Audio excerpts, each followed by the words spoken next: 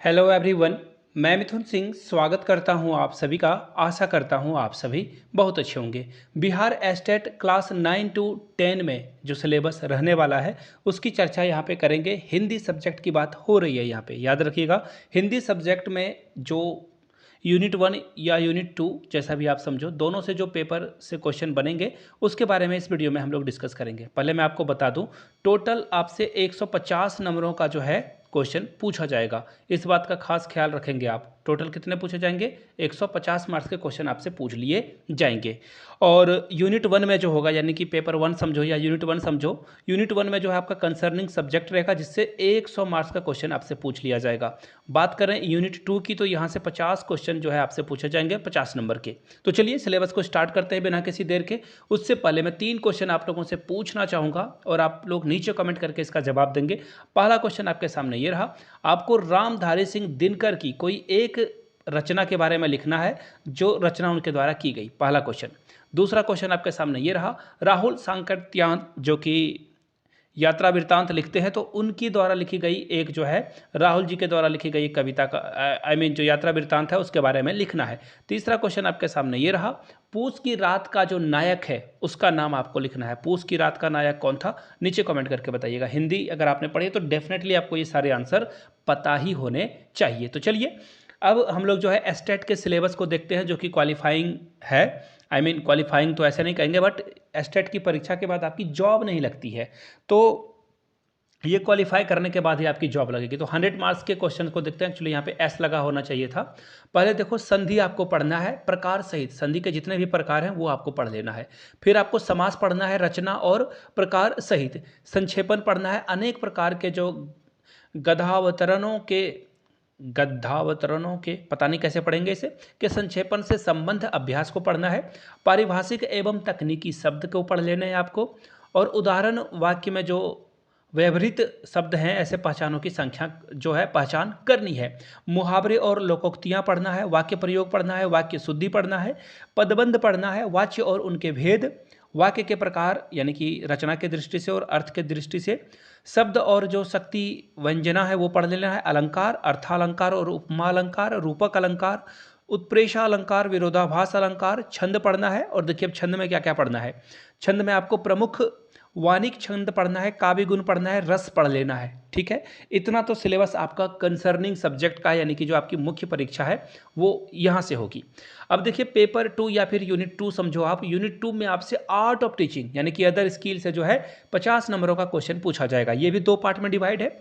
Art of teaching यानी कि बच्चों को कैसे पढ़ाते हो, और अदर स्किल में 20 नंबर का क्वेश्चन पूछा जाएगा। तो पहले मैं आपको 20 नंबर के क्वेश्चन जो आपसे पूछ लिए जाएंगे वो डिस्कस करके बता देता हूँ। यहाँ से देखो, अदर स्किल यानी कि ये जो 20 मार्क्स का क्वेश्चन है वो आपसे क्या क्या पूछ लिया जाएगा। जनरल नॉलेज यानी कि जीके आपसे पूछा जाएगा।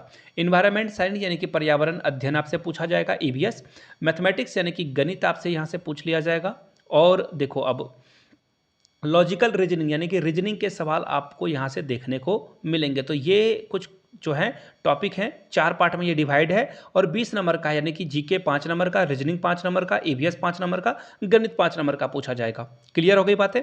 अब जो है मैंने आपको 20 मार्क्स का क्वेश्चन का जो सिलेबस है वो बताया। अब 30 मार्क्स के जो क्वेश्चन है वो आपको मैं बताता हूं, जिसे आप बोलचाल की भाषा में पेडागोजी समझते हो। लेकिन यहाँ पे आर्ट ऑफ टीचिंग कहा गया है। आर्ट ऑफ टीचिंग में क्या पढ़ना है? टीचिंग एंड लर्निंग यानी कि शिक्षण और अधिगम, लर्निंग यानी कि अधिगम का जो मीनिंग है वो क्या है, प्रोसेस इसका क्या है यानी कि क्या प्रक्रिया है, और इसके कितने प्रकार हैं, कैरेक्टरिस्टिक, ये आपको पढ़ लेना है। आगे देखिए, teaching objectives and instruction objective. इसमें देखिए क्या क्या पढ़ना है आपको। टीचिंग ऑब्जेक्टिव यानी कि शिक्षण के टाइप में आपको क्या पढ़ना है, इसका मीनिंग क्या है, इसके कितने टाइप हैं, और ब्लूम्स टैक्सोनॉमी को पढ़ लेना है। याद रखिएगा, ब्लूम्स टैक्सोनॉमी को आपको पढ़ लेना है। टीचिंग मेथड में आपको पढ़ना है टाइप्स एंड इट्स कैरेक्टरिस्टिक्स, जिसमें इसका मेरिट और डिमेरिट ऑफ मेथड आएगा, यानी कि जो आप पढ़ाते हो शिक्षण विधि है, इसके कितने प्रकार हैं, इसके कितने कितने तरह से जो है इसकी व्याख्या की जा सकती है। याद रखिएगा, इसके अलावा इसका क्या गुण है और क्या जो है अवगुण है। जैसे कि अगर मैं बात करूं लेक्चर या कि व्याख्या विधि की, तो व्याख्या विधि जो है गलत है। जैसे कि अभी मैं आपको बता रहा हूं तो आप जो है मुझसे इंटरेक्ट नहीं कर सकते हो, सिर्फ और सिर्फ मैं ही बोले जा रहा हूं, तो ये क्या है, गलत तरीका है। अगर देखिए लेसन प्लान आपको पढ़ना है, आपको पता है आप लोगों ने बीएड में लेसन या फिर जो भी आपने करा है वहाँ पे आपने लेसन प्लान के बारे में सीखा है। इसके जो प्रकार हैं और इसका जो फॉर्मेट लिखा जाता है वो आपको पढ़ना है, और इसका जो अलग अलग मॉडल है वो आपको पढ़कर जाना है। माइक्रो टीचिंग यानी कि सूक्ष्म शिक्षण, किसकी बात हो रही है माइक्रो टीचिंग में? सूक्ष्म शिक्षण की बात हो रही है। मुझे नहीं पता मैंने सूक्ष्म शिक्षण सही लिखा है नहीं, नीचे कमेंट करके अगर मैंने सही लिखा है तो यस लिख देना, नो लिख देना, मतलब अगर गलती हो गई तो मैं सीख लूँगा। सीखने की कोई उम्र नहीं होती है। आगे देखते हैं, इफेक्टिव इकोसिस्टम ऑफ क्लासरूम यानी कि कक्षा रूम का यानी कि कक्षा का जो माहौल होगा, पढ़ाने का तरीका होगा, आप कैसे पॉजिटिवली जो है वहाँ पे इम्पैक्ट डालोगे वो आपको पढ़ लेना है। टेक्स्ट बुक यानी कि किताब किस तरह का होना चाहिए, और पुस्तकालय लाइब्रेरी किस तरह की होनी चाहिए। टीचर की क्वालिटी क्या होनी चाहिए, बहुत इंपॉर्टेंट है, टीचर कर्तव्यनिष्ठ होना चाहिए।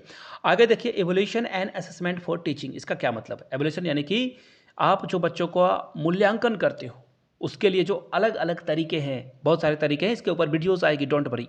करिकुलम यानी कि पाठ्यचर्या के बारे में पढ़ लेना है। Factor affecting teaching and learning यानी कि वो कौन कौन से प्रकार हैं जो शिक्षण को और अधिगम को प्रभावित करते हैं, ये आपको पढ़कर जाना है। तो मोटा मोटी 30 नंबरों का सिलेबस मैंने यहाँ पे डिस्कस कर दिया है।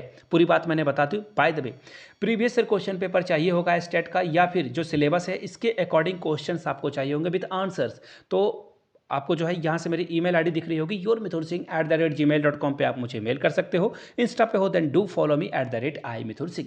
वीडियो में यहाँ तक बने रहे हो आप और आपने पूरी वीडियो देख ली है तो नीचे कमेंट करके एक बार जय हिंद जरूर लिखिएगा, ताकि मेरा भी मनोबल बढ़े और मुझे भी पता चल सके वीडियो आपने यहाँ तक देख ली है। Thank you so much for watching this video. Have a good day.